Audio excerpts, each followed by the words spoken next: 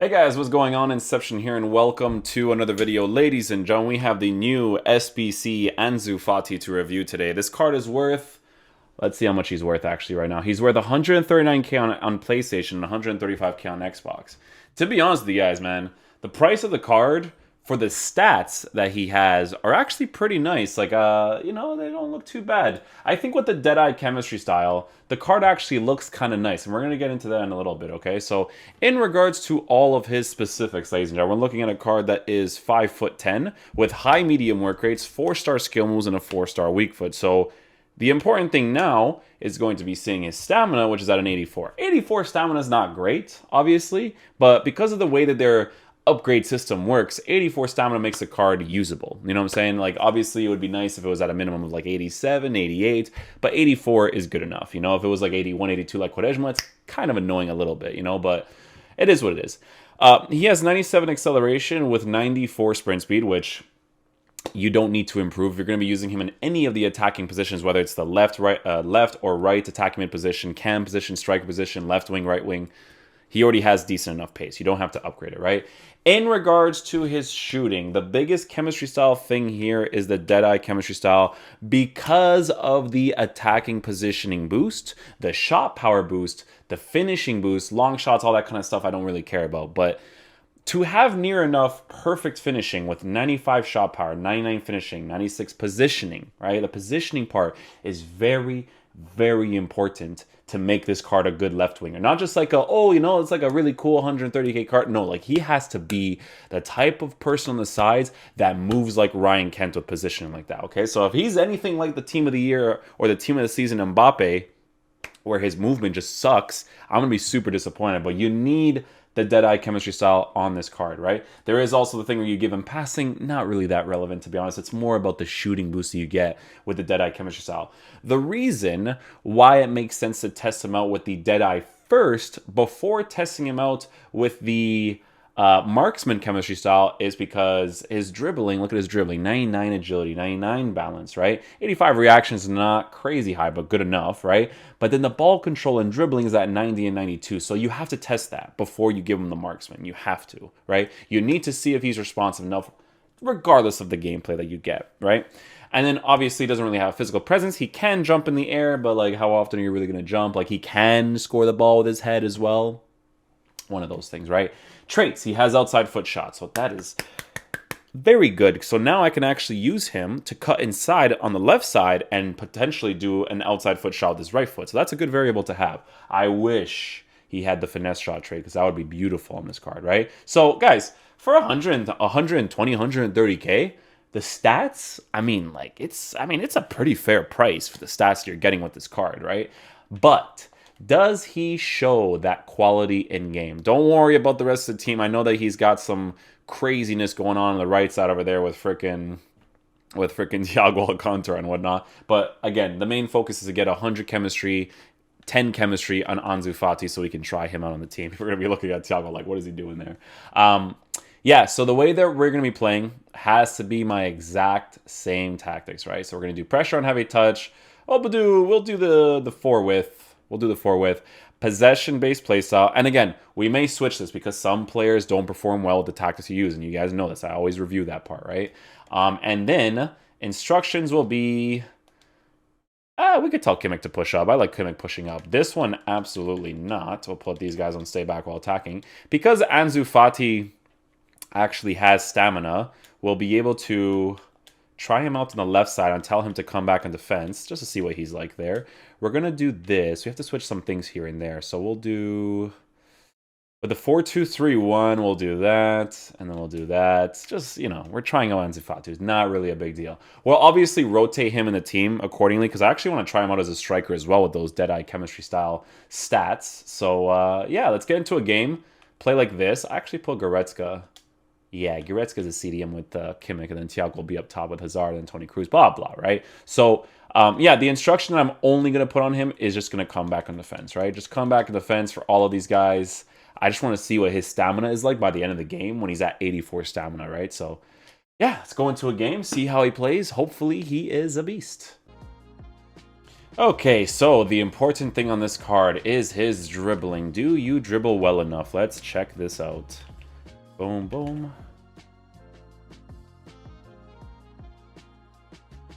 Yeah, the agility and balance really makes the card. You can definitely feel like you could improve the 3 main dribbling stats for sure. You definitely feel like you could. 100%. He's not like super, super responsive, but he's definitely responsive enough without a chemistry style. I can tell you guys that much. We're obviously going to test it out in certain composure situations and whatnot. But yeah, the way that we're going to be trying out this card for now, basic highlights, we're going to actually be trying with the team because we want to see what he plays like in the left attacking mid position without forcing the ball to him, just to see if he plays naturally in the squad. And then we'll basically keep rotating from there.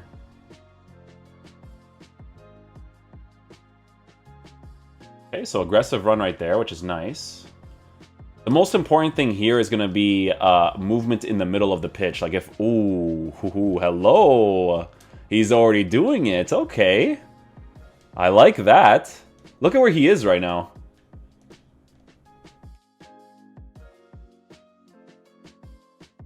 I like that. I like that. I like that, boys. Oh, I'm just going to say this right now. Off the ball movement. He's already moving all over the place.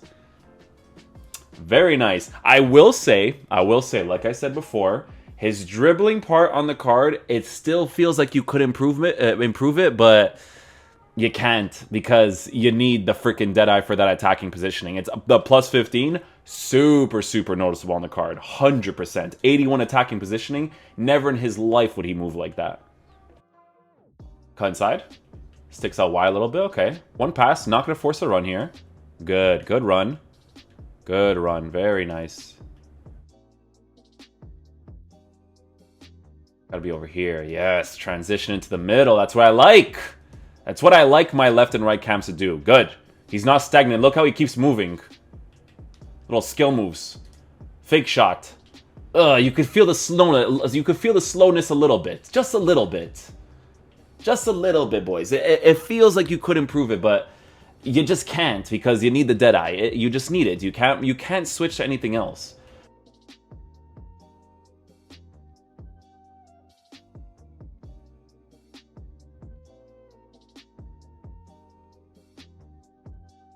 Oh, the ball roll touch. One of the consistent ways to score in this game, ladies and gentlemen.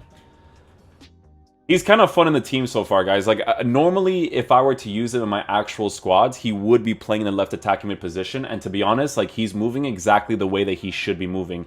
In regards to his dribbling, he doesn't really feel like, oh my god, amazing, like, Ryan Kent card, you know? But it's still really good, you know? Like, it's still, like, a really fun card. For 130k, it's a very fair price for the quality that he's offering so far in the left cam position. If his off-the-ball movement sucked, then his dribbling would have been even worse in my eyes, because that is the most important thing for me in regards to a player being good, is that constant movement with him, right? Like, if he sticks to the side sometimes, but, you know, he's constantly moving back to the middle, very, very important for me, man.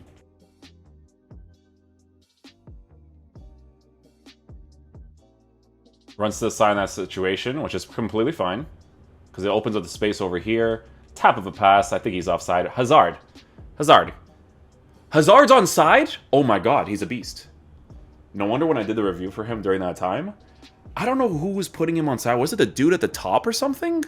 Yo, I totally thought he was offside, but you obviously played to the whistle at the end of the day, right? I passed the ball to him because I was like, I mean, there must be a reason why he's still positioned here. You know what I'm saying? I loved Hazard's card too, man. Like, his off-the-ball movement is really good too. So the way that him and Fati are playing the team, with Toni Kroos as a striker and Thiago Alcantara as a cam, really nice. So, guys, left attacking position. I'm liking the card. He's moving constantly. There's situations where he is deciding to either push to the side or come into the middle, right? So it's not like super linear like Salah always cutting into the middle. I like a player that's always doing something different, right? Because it makes them less predictable. So that's really good so far. I'm going to go ahead and try him out in the striker position now. Yeah, this is probably like one of the first players I've tried where it's kind of like, it's funny with his off-the-ball movements because it feels like he's taking turns between, I'm going to be the type of cam that moves all over the place constantly, and then I'm going to be the type of cam that's going to run forward. So he's not like super linear, right? Again, it's me playing him on the sides over here. Let's try a left-footed strike, a cross goal from that angle. He does an animation to shoot. Again, you don't really judge shooting off of players in those situations because the shooting mechanics are very, very random when you don't do those specific shots. So, obviously heavy emphasis touch there, but that's FIFA mechanics too. Yeah, I still feel like I'd want to improve the dribbling, boys, to be honest with you guys. Like, the agility and balance is great, obviously, but reactions and stuff could be improved. I aim for really responsive attackers, right? So it could be something that I'd still improve on the card. Like, yeah, his attacking position would be decreased. I don't know if Marksman increases it by at least a 10, though. That's the whole situation. If this card was, like, 250k, I'd be like, all right, guys, let's talk about this for a second. But for 130k, like, he's definitely performing to that price range, you know? Oh, I couldn't even switch the Boateng right there. Bet. All right, I have to kick this ball out because I want to try him out in the striker position. But yeah, it's his off-the-ball movement. It's interesting because like he's doing the cut inside, but then he's also running straight. So he's always different. So it's pretty cool. It's not exactly how I would like it. It's not like on the level of someone like a rare gold Neymar or anything like that, or even like a Ryan Kent card. But it's still like something that I would enjoy using in my team if that makes any sense, right? So let's go ahead and use him. Cruz on the sides. Can we do anything about that? I don't think we can. I mean, yeah, we'll use Kivik there, I guess. Tony Cruz with the Goretzka. All right, let's see what Fati plays like as a striker.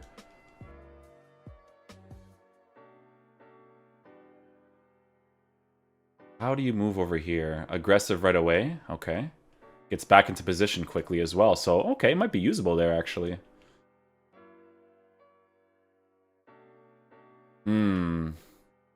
Positioning there a little bit strange for the striker position. A little bit. Not necessarily ideal. We'll keep I don't like when I have to build up the midfield too much because of the striker being weird in his pushes. The way that he's running right now, like he's definitely utilizing space, but I wouldn't say at the right times. Let's see what he does here. Okay, that's a good run right there. That's perfect, actually.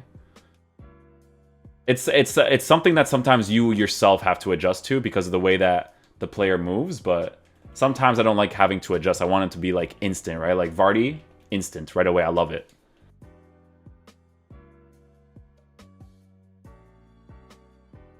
He does play off of my dribbles really quickly in regards to some of the off-the-ball movements, decisions that I want to take. So, like, I like players that when they're playing the striker position, when I do that small little touch, they're already trying to go into the space. You know what I'm saying? It's like a thing that you kind of trigger without actually pressing L1. So very interesting in regards to that. This is why I love Kimmich's card, by the way. He's playing left attacking mid for me, and he's a beast, okay? Ansu Fati. We'll go ahead and try that out now. So Thiago Alcantara, Kimmich.